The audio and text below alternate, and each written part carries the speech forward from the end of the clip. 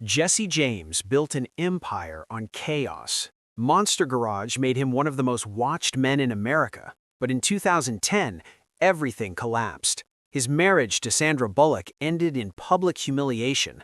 A Nazi photo from 2004 surfaced at the worst possible moment. He checked into rehab while 19 women came forward with stories. Then West Coast Choppers closed its doors after 18 years. What happened to the man who once turned a PT Cruiser into a wood chipper? And why did 2 comeback shows get canceled after just 3 episodes each? The answer is stranger than anyone expected. Jesse Gregory James was born on April 19, 1969, in Linwood, California, a working-class suburb of Los Angeles, where the roar of freeways and the smell of asphalt defined daily life. From the moment he drew breath, he carried a name that invited endless speculation. People loved to point out the obvious parallel to the infamous 19th-century outlaw Jesse James, the Missouri-born train robber and Confederate guerrilla who met his end in 1882 when a fellow gang member shot him in the back for a bounty. The coincidence was too perfect to ignore, and throughout his life, interviewers, fans, and tabloids repeatedly asked whether there was any blood connection. Jesse never definitively proved or disproved it. The Jesse James Family Preservation Trust repeatedly requested family records or DNA evidence, but none ever materialized. He let the rumor float, neither embracing it fully nor shutting it down, as though the myth added a layer of outlaw mystique he found useful. Whether the link was real or not, Jesse wielded the name like a brand, letting it color how the world saw him long before he ever touched a welding torch or revved an engine. His childhood unfolded in Riverside, California, a city of sprawling suburbs, orange groves, and endless heat. When his parents divorced during his grade school years, Jesse and his older sister Julie were primarily raised by their father in a warehouse space that doubled as both home and workshop. The building was a cavernous, dimly lit place, packed floor to ceiling with antiques, motorcycle parts, old furniture, and mechanical odds and ends. The air was thick with the smell of motor oil, rust, and sawdust.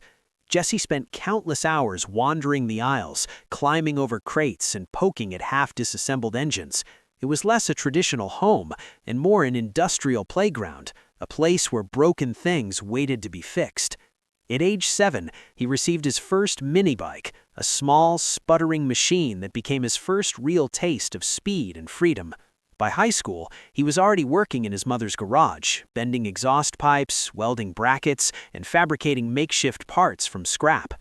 Every mistake taught him something new. Every spark that flew from the welder felt like a small victory. The warehouse wasn't just background noise. It was his first true classroom, where he learned that metal could be shaped, that patience could turn junk into something functional, and that persistence could overcome almost any obstacle. For a while, football seemed like it might be his escape. At La Sierra High School and later Riverside City College, Jesse threw himself into the sport with ferocious intensity. Coaches remembered him as tough, aggressive, and relentless, a player who refused to come off the field even when injured.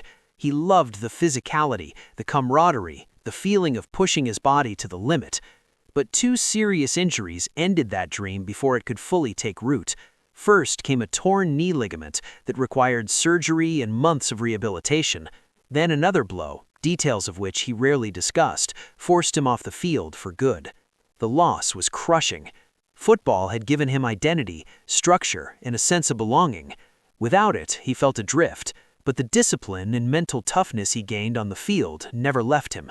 When the athletic path closed, he turned back to the only thing that had always felt natural, working with his hands. In the early 1990s, Jesse found temporary work as a bodyguard for rock bands. His imposing build, 6 feet tall, broad-shouldered, and physically imposing, made him a natural fit for the role. He toured with Slayer, Danzig, Soundgarden, and others, standing in the wings, escorting performers through crowds, and handling the occasional overzealous fan. The job was exciting. Late nights, loud music, adrenaline-fueled chaos. For a young man in his early 20s, it felt like living on the edge. But a serious shoulder injury, sustained either on the job or during a separate incident, ended that chapter abruptly. The pain was intense, the recovery slow, and the realization that he couldn't rely on physical strength alone hit hard. Once again, life forced him to pivot. This time, he turned fully towards motorcycles, the one passion that had never let him down. In 1992, at the age of 23, Jesse founded West Coast Choppers in his mother's garage. The space was tiny, cluttered, and poorly lit, but it was his. He slept on the concrete floor some nights, waking up surrounded by tools and half-finished parts. Money was almost non-existent. He scavenged materials, bartered for parts, and worked odd jobs to keep the lights on. His first builds were crude by later standards, custom exhausts, handlebar risers, tank modifications, but each one taught him something new about design, fabrication, and customer expectations. In 1994, he rented a small commercial garage, giving him room to expand. By 1996, he had a small crew helping him shape metal according to his vision. The early years were brutal. Bills piled up, orders came in slowly, suppliers demanded payment up front, but Jesse refused to quit. He worked 16 to 18-hour days, welding late into the night, answering phones, sweeping floors, and doing whatever needed doing. That relentless work ethic, born from childhood necessity and refined through sports and hardship, kept the business alive. The turning point came in 1997 when Discovery Channel aired a documentary about custom motorcycle builders. Jesse's raw, unfiltered style, gritty, hands-on, unapologetic, stood out. Viewers saw a man who didn't just build bikes, he lived them. Orders surged. By 2001, West Coast Choppers had moved into a massive 30,000-square-foot facility in Long Beach with over 50 employees. The climb from a mother's garage to a booming empire happened because Jesse never stopped grinding, even when the numbers looked impossible.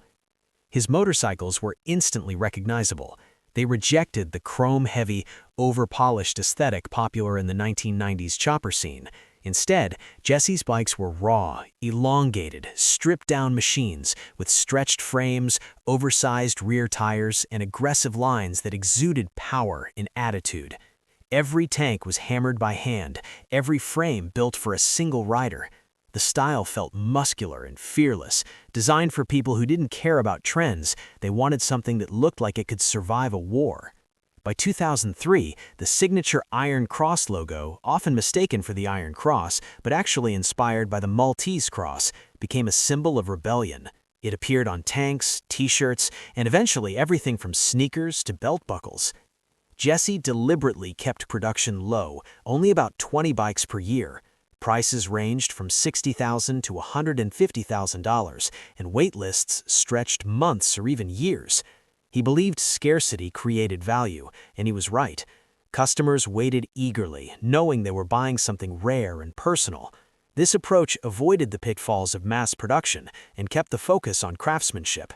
Soon, the client list read like a who's who of entertainment and sports. Shaquille O'Neal needed a bike scaled to his 7'1" frame. Kid Rock proudly rode his. Keanu Reeves, Tyson Beckford, Bill Goldberg, and others all commissioned builds. These high-profile projects turned West Coast Choppers into a cultural phenomenon. Magazines, interviews, and television appearances followed. Jesse became as famous as the machines he created. One of the telling moments came when New York's Guggenheim Museum invited him to exhibit his motorcycles as modern art. For most builders, it would have been the ultimate validation. Jesse declined. He didn't want his bikes sitting under spotlights. He wanted them on the road, being ridden, living the life they were built for. The refusal made headlines in both the art world and the motorcycle community, reinforcing his image as someone who refused to conform, even to praise. The Discovery Channel documentary Motorcycle Mania in 2000 changed everything. Jesse wasn't polished or scripted. He was a chaotic, chain-smoking mechanic trying to keep his shop afloat while living at full throttle. Viewers loved the honesty. The show drew millions, launching a wave of builder-focused reality TV. Sequels followed, including Motorcycle Mania 3 with Kid Rock. By 2002, Monster Garage premiered on Discovery, challenging Jesse and his team to transform ordinary vehicles into outrageous machines in just 7 days. A PT Cruiser became a wood chipper, a Mustang turned into a lawnmower that actually cut grass, A hearse became the Grim Ripper with hydraulic failures, burning belts, and a flaming engine. When builds failed, Jesse destroyed them on camera. Explosions, crushers, fire.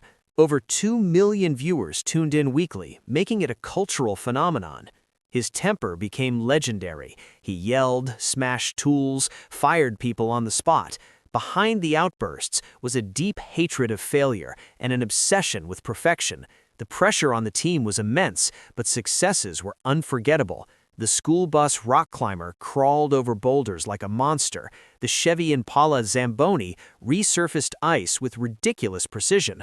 One episode at the Texas School for the Deaf softened his image. He patiently guided students through building a rat rod, showing a side rarely seen on camera. The project gave the kids confidence and reminded viewers that the work was about more than metal. It was about people. In 2006, Jesse launched Iraq Confidential through his production company, Pay Up Sucker Productions. He traveled to Iraq, spent time with soldiers, and shared their stories in raw, unfiltered detail. Discovery executives worried about the tone shift and potential risks, but Jesse insisted. The special surprised viewers, revealing a more serious, reflective side beneath the chaos. Business realities were harsher than the television image suggested. Jesse openly admitted that West Coast choppers lost money on every motorcycle built. Production costs for a handcrafted chopper often exceeded $100,000, while selling prices hovered between $60,000 and $70,000. The shop survived for 18 years only because other revenue streams subsidized it. The real engine was merchandise. Roughly 60% of revenue came from branded apparel, accessories, and lifestyle products. Walmart stores nationwide sold t-shirts, sneakers, and belt buckles featuring the iconic Iron Cross logo. At its peak, Walmart moved $100 million in merchandise in just 60 days, with shirts priced at $21.99. The clothing line covered the bike losses. It became the foundation of the empire. The logo, often confused with the Iron Cross, but actually inspired by the Maltese Cross, became a symbol recognized far beyond motorcycles. People who would never buy a $100,000 custom bike happily wore the t-shirt. Jesse sold an attitude, an identity, long before he sold machines. Licensing deals and retail partnerships kept the brand alive even after the Long Beach shop closed. Success invited conflict. In 2010, Fortune Fashions Industries sued Jesse, alleging he cut him out of the lucrative Walmart deal and stole key employees and ideas. They sought over $6 million in damages. Jesse countered that he had been selling branded apparel long before any partnership. After a protracted legal battle, the jury ruled in his favor, finding Fortune Fashions was not entitled to compensation. The case underscored how valuable the merchandise side had become and how fiercely people fought for a piece of it. The personal toll was enormous. Jesse worked 16 to 18-hour days, welding late into the night, managing staff, facing cameras at dawn. The grind pushed him through lawsuits, television schedules, business decisions, and endless shop demands. By 2010, the pressure became unsustainable. West Coast Chopper's Long Beach facility closed in October. Employees learned through media reports before official word. Sales had plummeted, knockoff parts flooded the market, scandals chased away customers. Jesse relocated to Texas, leaving the Long Beach era behind. For many fans, the closure felt like the end of an era. West Coast choppers had been the beating heart of American custom bike culture. Its silence left a void. Jesse's personal life was equally turbulent. His first marriage to Carla James, 1991 to 2002, remained almost invisible. They had 2 children, Jesse Jr. and Chandler. Carla avoided the spotlight, even living in a guest house on Jesse's property after the divorce. The relationship faded quietly as fame grew. His second marriage to adult film star Janine Lindemulder, 2002 to 2004, burned fast and ended messily. They had a daughter, Sunny. Custody battles followed, accusations of drug use, neglect, instability.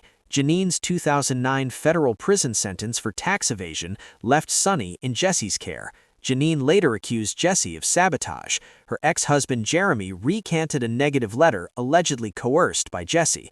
The legal war was bitter and public. Then came Sandra Bullock.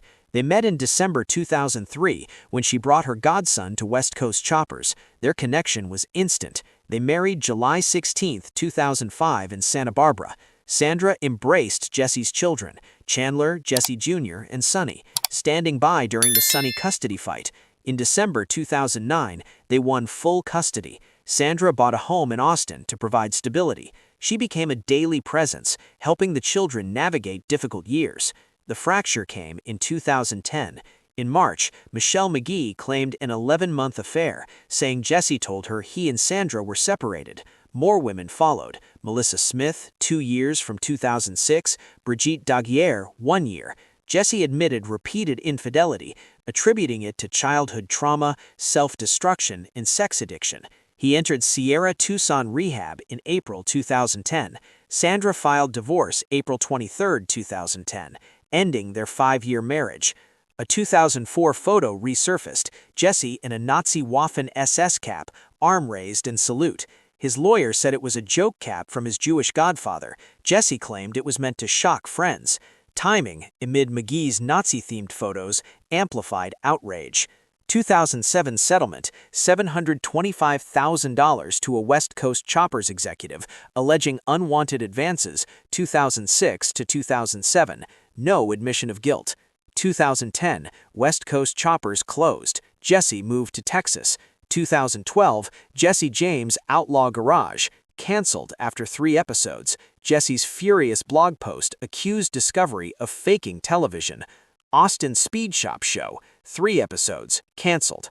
Reopened West Coast Choppers in Austin on 17 acres, 3 to 4 ultra-premium bikes per year, 50-plus employees, months-long builds, 6-figure prices. 2013, Jesse James Firearms Unlimited in Dripping Springs, Cisco 1911 pistol, Nomad AR-15, hand-built, $85,000 to $250,000. Lady Liberty pistols from Statue of Liberty handrail, 3 made, 500-plus hours, $85,000 each. Engaged to Kat Von D, 2010 to 2011, ended when she accused 19 infidelities on Facebook. Married Alexis DeJoria, 2013 to 2022, amicable split. Married Bonnie Rotten, June 2022, 3 divorce filings, December 2022, November 2024, and January 2025. Abuse allegations, restraining orders, reconciliations. 2021, Monster Garage revival on Discovery Plus, modest success. Launched OTLW.TV streaming, Jesse James Bourbon. 2026 estimated net worth $50 million. November 2024 lawsuit, customer sued for $75,000 for delayed custom gun. Jesse countersued $90,000, claiming firearm completed and worth $250,000. Jesse's life extremes of creation, destruction, scandal, and reinvention. Chaos built him. Chaos nearly destroyed him. Yet he kept rebuilding, because stopping was never an option.